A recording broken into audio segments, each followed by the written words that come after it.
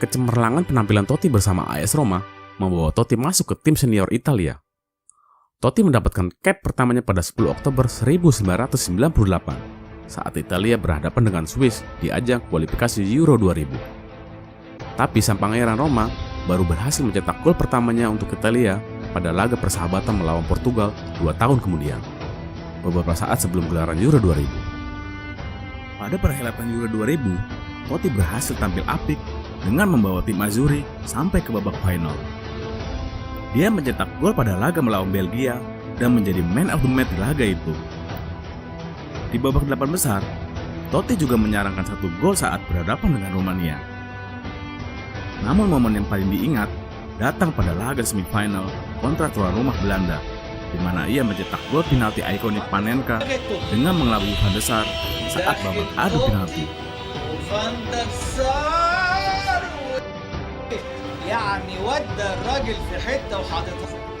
Sayangnya, di partai final, Italia harus bertekuk lutut atas Prancis lewat golden goal David Trezeguet. Trezeguet, that was brilliant.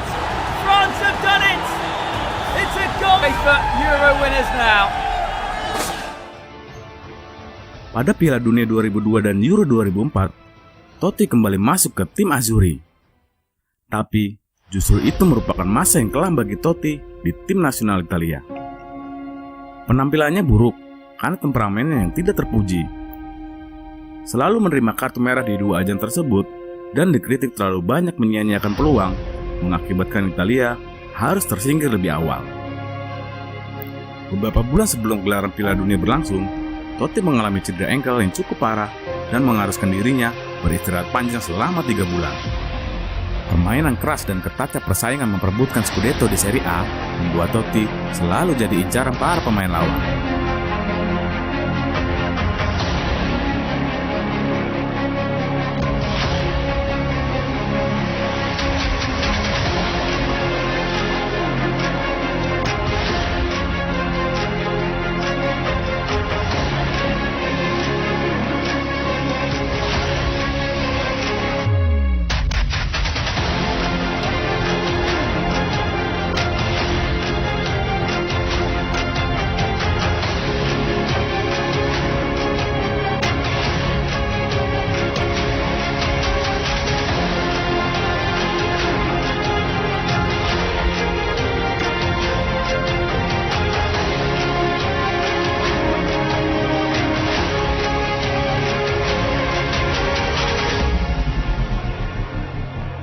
Totti diharuskan menjalani operasi di pergelangan kaki kirinya. Operasi berjalan lancar, tim dokter menanamkan piringan metal di kakinya. Keinginan yang kuat untuk dapat membela Azzurri di Piala Dunia membuat Totti berjuang sekuat tenaga memulihkan cedera. Totti melakukan berbagai terapi pemulihan cedera dengan dipantau tim kesehatan. Seiring berjalannya waktu, kondisi Totti semakin membaik. Dia dipanggil Marcello Lippi memperkuat skuad Kiel Azzurri di Piala Dunia yang berlangsung di Jerman. Bahkan dia bermain di 7 pertandingan dengan piringan metal yang masih tertanam di kakinya pasca operasi. Walaupun tidak tampil dalam kondisi 100% dan tidak selalu turun sebagai starter, Totti berperan besar bagi kemenangan Italia di ajang turnamen 5 tahunan tersebut. Di perempat final, saat menghadapi Australia, Totti mampu mencetak gol secara dramatis lewat tendangan penalti.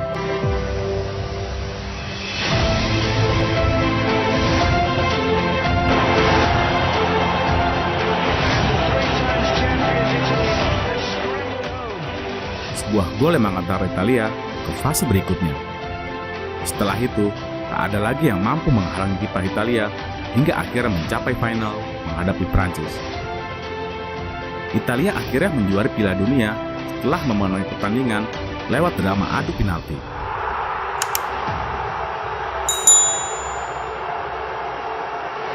Kegemilangan prestasi Totti bersama Roma ketika pada musim 1999-2000, Roma resmi mengontrak Fabio Capello sebagai allenatore. Saya membawa Capello untuk gelar juara dan dorongan performa yang diharapkan oleh para fans. Kalimat itu diutarakan sang presiden klub AS Roma, Franz Cosensi. Pada musim perdananya, Capello belum mampu terlalu banyak mengangkat performa Roma. AS Roma membuat sebuah kegegeran di Calcio Mercato musim panas. Mereka berhasil mendapatkan tanda tangan seorang Gabriel Batistuta yang saat itu merupakan ikon klub Fiorentina.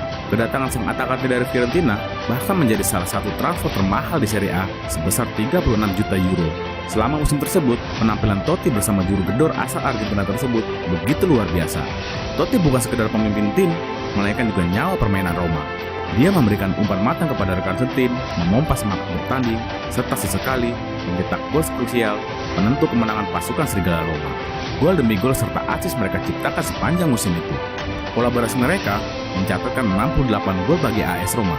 Itu merupakan gol terbanyak di antara klub-klub Serie A lainnya.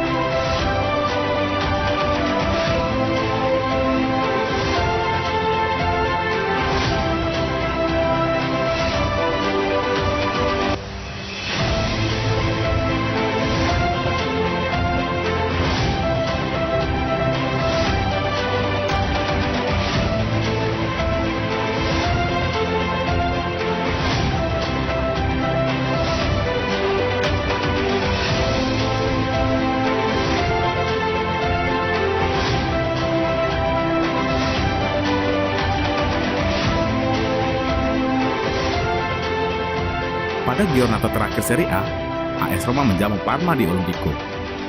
Tim ibu kota Roma tampil agresif sejak awal pertandingan.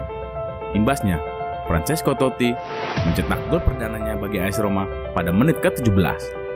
Lalu Vincenzo Montella menambah gol di menit ke-39. Gabriel Batistuta membawa Ilupi unggul semakin jauh pada menit ke-78.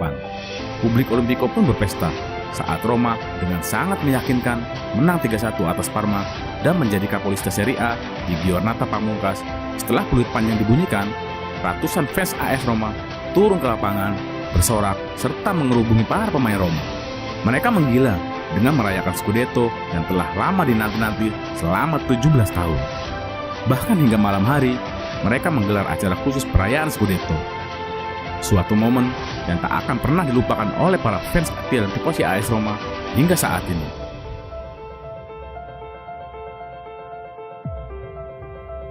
Penampilan dan prestasi Totti yang memukau di atas lapangan membuat Totti semakin populer di kalangan sepak bola dunia. Begitu juga dengan hal pribadinya. Segala kehidupan Totti selalu menjadi buruan para wartawan. Di antara kabar-kabar pribadinya, yang menarik adalah kisah cintanya dengan Ilari Blasi, perempuan yang wajahnya secara tidak sengaja dilihatnya di layar televisi. Perkenalan itu menjadi titik balik dalam hidup Totti dan Hilary. Ada satu cerita menarik antara Totti dan Hilary. Pada saat itu, Totti akan bertanding dalam derby menghadapi Lazio. Sebuah pertandingan yang panas tentu saja. Hilary, yang mengaku belum pernah ke Olimpico menyaksikan pertandingan derby, ada di tribun saat itu. Totti menyiapkan selebrasi yang spesial jika ia mencetak gol. Di laga tersebut, Roma menyapu Lazio tanpa ampun.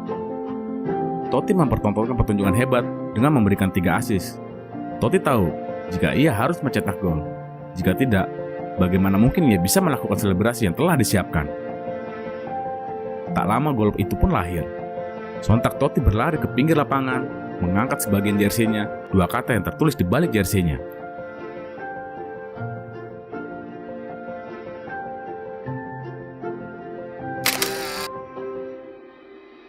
Setelah pertandingan, Totti menjelaskan bahwa masuk selebrasinya itu ditujukan pada Ilari Blasi.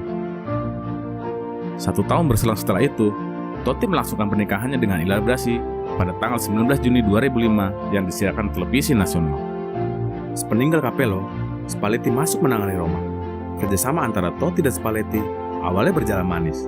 Roma di tangan Spalletti tampil begitu impresif.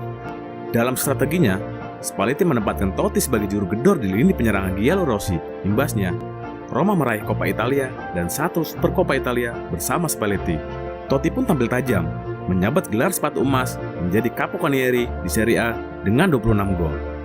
Tidak hanya itu, Spalletti pada rentang 2005-2009 juga mengantarkan Roma finish sebagai runner-up Serie A 4 kali berturut-turut. Periode pertama Spalletti bersama Totti berlangsung selama 4 musim. Namun, pada musim 2016-2017, Totti dipertemukan kembali dengan Spalletti. Kedatangannya kembali Spalletti membawa harapan besar terhadap prestasi Roma.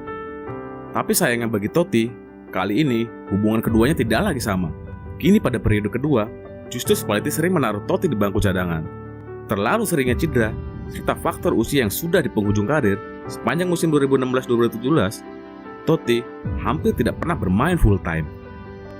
Hubungan antara pelatih dan pemainnya itu pun mulai terlihat tidak menyenangkan sepanjang musim itu. Karena hal itu, akhirnya memicu kemarahan Totti terhadap Spalletti. Puncak konflik antara Totti dan Spalletti ditulis Totti dalam autobiografinya Un Capitano. Totti mengungkapkan tentang konfrontasinya dengan Spalletti di ruang ganti setelah pertandingan. Saat pemain terakhir masuk, dia menutup pintu di belakangnya, membantingnya, dan mulai berteriak. Saat itu, saya sedang membungkuk di atas tali sepatu saya. Cukup, Anda menyusahkan saya. Anda pura-pura memimpin, tapi Anda mengacaukan semuanya. Saat itu, saya juga marah. Dan mulai saat itu, hubungan kami selesai. Akhirnya pada tanggal 28 Mei 2017, Totti memutuskan pensiun. Perpisahan Totti terasa sangat emosional. Dihadiri ribuan tifosi Roma di Olimpico, Totti memberikan pidato terakhirnya.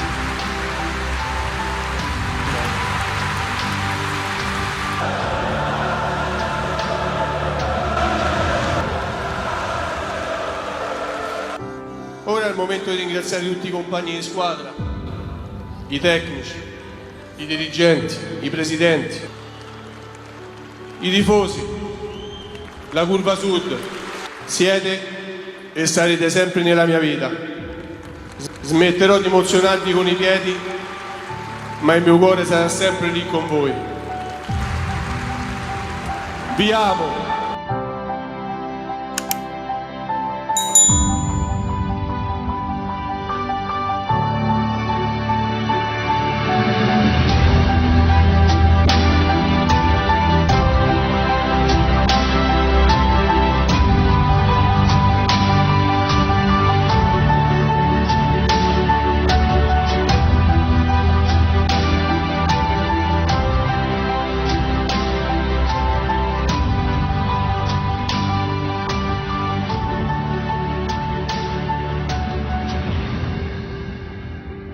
Sejak saat itu, Totti menjabat sebagai direktur klub AS Roma, di mana ia memulai peran barunya dengan tim yang didukungnya.